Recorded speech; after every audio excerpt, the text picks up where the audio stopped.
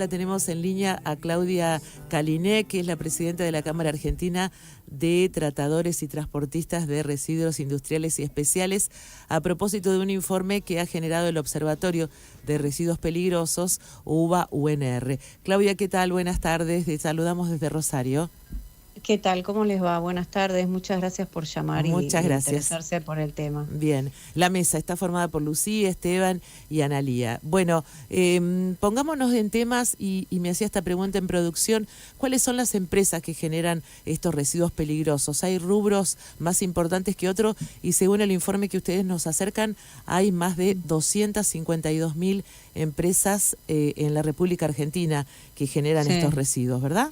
sí.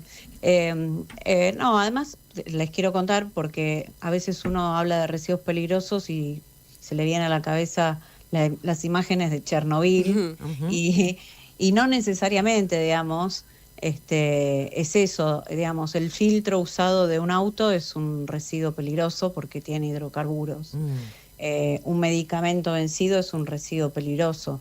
A ver, se los denomina peligrosos porque tiene determinadas características, como puede ser la inflamabilidad, la infecciosidad, como tienen en los hospitales, la toxicidad, la corrosividad, que son características que los hacen más peligrosos, de ahí su nombre, ¿no? Y que en contacto con el ambiente contaminan el suelo, el aire y demás, y consecuentemente la salud humana. Por eso es que se llama residuos peligrosos. Peligrosos. Y tenemos una amplia gama de industrias, desde petroleras, farmacéuticas, mineras, alimenticias, digamos, todas porque, digamos, hasta una alimenticia tiene un taller de mantenimiento en donde se generan residuos con hidrocarburos, que son residuos peligrosos. Entonces, el universo es amplio, después tenemos segmentos en donde hay residuos por ahí que son un poco más complicados, pero es el porcentaje menor. En general estamos hablando de una complejidad media, ¿no? De residuos peligrosos. Claudia, Esteban, ¿cómo estás? Buenas tardes. Bueno, Mucho gusto. con esto último que dijiste, quizá respondas la pregunta que te voy a hacer, porque aclaraste esto de complejidad media. Mi pregunta iba a ser, o es, ¿qué incidencia tiene esto? ¿Qué efectos tiene en la comunidad, digamos, en la que impactan la presencia de estas empresas que generan esos residuos? Más allá de que en realidad no se trata de empresas que descartan, sino de cosas Sí, que, como bien aclaraste, son de uso casi cotidiano sí. y su la mala administración de esos residuos genera un efecto. Pero ¿cuáles son esos efectos? Exactamente. Bueno, volcar residuos, por ejemplo, en un basural. Un basural no tiene ningún tipo de protección en el suelo. eh, Hace que los residuos que son volcados ahí contaminen la tierra y de ahí las napas, ¿no? Porque al estar expuestos a la intemperie, a la inclemencia del clima, por ejemplo, cuando llueve, el agua es un vehículo que arrastra los contaminantes y se va al agua. Y el agua llega después muchas veces a consumo humano, consumo de los animales también, y todo eso de alguna manera impacta en la salud. Lo vemos y muchas veces no se vincula con esto cuando hay casos de intoxicación en las personas que se bañaron en un arroyo, que tomaron agua de la canilla y que viene, que es agua de pozo, en la provincia sobre todo. este, lo vemos también en contaminación del aire, porque estos residuos a veces se incendian, se prenden fuego para achicar su volumen y generan humos tóxicos, que son dioxinas y furanos, ese es humo negro que solemos ver cuando se prende fuego en costados de la ruta, muchas veces se ve, y también genera enfermedades respiratorias Ujú.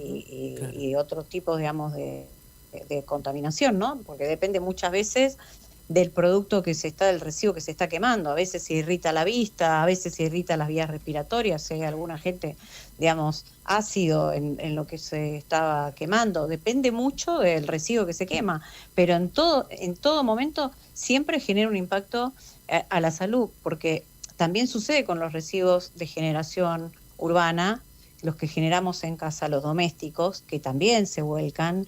de manera ilegal, muchas veces en basurales, y también contaminan esos. Lo que pasa es que tiene menor complejidad y Claro. por ahí no son peligrosos, pero al mezclarse también, y esto en la ley es taxativa, si un residuo común se mezcla con un residuo peligroso, las características del peligroso se le transmiten al otro. Entonces, ahí tenemos otro tema también, ¿no? Que si no separamos además correctamente los residuos y los llevamos a donde lo tenemos que llevar, aumentamos el volumen y aumentamos el riesgo de contaminación. Claudia, ¿cómo estás? Buenas tardes. Bueno, ahí comentabas algunos de los problemas, ¿no?, que suceden con estos residuos, y Sí. podríamos sumar la ausencia de estadísticas oficiales sobre estos residuos peligrosos, Sí, que es totalmente. también sobre lo que trabajan desde el observatorio, ¿no? La Sí. importancia de generar datos y estadísticas para posibles diagnósticos y en el futuro también posibles soluciones a esos residuos. Es que es fundamental, Claro. sí. Si no tenemos información, no se puede establecer un plan de acción No hay manera. para revertir el problema, exactamente. Y además, desde la industria, nosotros tenemos que saber hacia dónde va el desarrollo de que lo que para nosotros es el mercado, ¿no? O sea, si está creciendo la generación de tal o cual residuo, en dónde hay que invertir, qué es lo que hace falta, si está creciendo el residuo líquido o el residuo sólido, dentro de los peligrosos, qué corriente es la que tiene mayor generación. O sea, para la industria nuestra es fundamental también para ver hacia dónde tenemos que apuntar las inversiones y el desarrollo. Bien. Pero ambientalmente no podemos atacar el problema si no lo tenemos dimensionado. O sea, es fundamental eso. Así que el observatorio un poco nace para responder a estas problemáticas de alguna forma ya hace 5 años. ¿Y en qué estado de situación se encuentra hoy y cuáles son los resultados que arrojan también los últimos informes que pudieron desarrollar? Hoy la situación, bueno, obviamente vino a cubrir ese vacío, ¿no? De falta de datos oficiales. Emite un informe bimestral, que es el índice de generación y tratamiento, que es el que deben haber visto ustedes que circuló en la última gacetilla. Y los números, bueno, creció creo que del anterior a un 1% el porcentaje del residuo que se trató, pero estamos hablando siempre muy por debajo del 10%. El último da que el 5,74 se trató, una cosa así.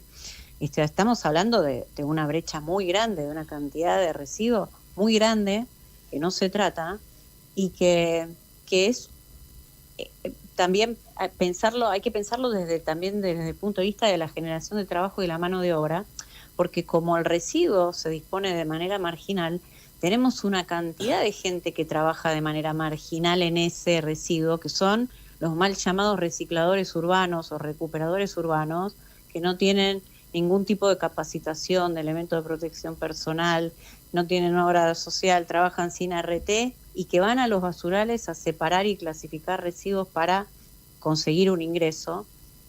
Esa mano de obra marginal tiene que formalizarse también de la mano de ese residuo que tiene que ingresar al canal formal. O sea, el potencial que hay en la industria es del 95%. Si tratásemos los residuos que hoy se manejan de manera ilegal e informal, estaríamos generando puestos de trabajo y mano de obra que hoy tanta falta hace, ¿no? Claudia, imagino la impotencia en gente que como ustedes labura en cuestiones vinculadas a medio ambiente, al ver, entre otras cosas, esta política, ¿no?, que puede hacer desaparecer los glaciares, la guerra, toda esa destrucción que se produce a gran escala, y también me parece que hace entender que el problema del medio ambiente es muy complejo y prismático, que no es una sola cosa, que con que alguien haga algo, listo, ya está, ¿no? No, totalmente, lo que decís, tiene muchas aristas, hay que abordarlo desde muchos lugares. Nosotros hacemos mucho hincapié en la información, en tomar conciencia también de cuáles son las consecuencias de estas acciones, porque yo creo que el escrutinio social es una de las consecuencias más grandes, ¿no? El decir, bueno, qué está haciendo, cuestionar a un gobierno, una industria que vuelca los residuos, porque lo que se está contaminando, lo que se está degradando es un bien común, que es el ambiente, no es propiedad de nadie, es de todos. Entonces, yo creo que el primer paso es que todos nos concienticemos de que el daño que se está generando nos afecta a todos por igual, sin importar a qué nos dediquemos y si estamos en esta industria u otra. Y yo creo que cuando logremos eso, vamos a poder hacer un cambio realmente. Mientras tanto, nada, estamos en la superficie, digamos. Hay que tomar conciencia que lo que se está dañando es patrimonio de todos y nos afecta de una manera u otra a todos, porque impacta y redunda en una menor calidad de vida. Uh-huh. Claudia, estamos en un momento, bueno, en donde el rol del Estado, a partir de las decisiones que ha tomado el gobierno, tiene una presencia parcial en un montón de cuestiones, pero entiendo que hay una ley que es la que intenta, digamos, hacer cumplir esta cuestión de ser responsables con estos residuos que se generan, ¿no? Sí. Bueno, la ley de residuos peligrosos, la 24051. Lo que pasa es que es anterior a la reforma constitucional. Bien. Y no es de presupuestos mínimos, pero bueno, normativa hay. El tema es que hay que cumplirla, hay que actualizar los montos de las multas, hay que fiscalizar también para poner multas, digamos. Lamentablemente, si no hay sanciones económicas y personales sobre esto, no va a haber un cambio tampoco, porque si tirar el residuo, volcarlo de manera ilegal, es gratis, y no hay ningún tipo de sanción, es muy difícil que la industria, por sus propios medios, venga a contratar un servicio de tratamiento y disposición final como debe ser. Uh-huh. Está claro, digamos, si no hay nada punitorio respecto a esa acción, bueno, nadie va a tener lamentablemente se habla mucho de la responsabilidad social, porque claro, esto es fundamental, digamos. Una correcta gestión de residuos es la piedra basal de cualquier programa de responsabilidad social. O sea, no puedo tirar los residuos en la calle o en el río o en el arroyo o en un basural cuando estoy afectando un patrimonio público, ¿no? Pero se habla mucho de eso y estas cuestiones, estos principios fundamentales no se cumplen. Uh-huh. Preocupante la situación entonces, ¿no? Sí, en ese porcentaje, sí. Ustedes plantean en el informe un problema ambiental crítico, ¿no? Y también esta posibilidad de ir haciendo este monitoreo año a año muestra que la situación no va cambiando y está claro que para nada ha mejorado en este último tiempo. Tal cual. No, no ha cambiado, y lamentablemente cuando hay crisis o cuando hay desajustes en la industria, claro, es un rubro que se recorta, y si ya estábamos mal, ahora estamos peor, porque en algún momento el índice de generación y tratamiento daba un 11%, un 10%, bajamos a la mitad. O sea, cuando pensamos que estábamos mal, ahora estamos peor. Se podía estar peor, la frase de podíamos estar peor. Sí, lamentablemente. Sí, Claudia, bueno, seguimos atentos a la generación de estos informes. Como vos decís, el observatorio trabaja en forma conjunta entre la UBA y la UNR, digo, además de ustedes como cámara, y esto también le permite, bueno, tener distintas disciplinas para gestionar y procesar todos estos datos que generan. Exactamente, sí. Nosotros le aportamos los datos del sector, y el observatorio los procesa y arma la estadística. Perfecto. Claudia, muy amable por este contacto. Gracias, no, por favor, Rosario. gracias a ustedes. Hasta luego.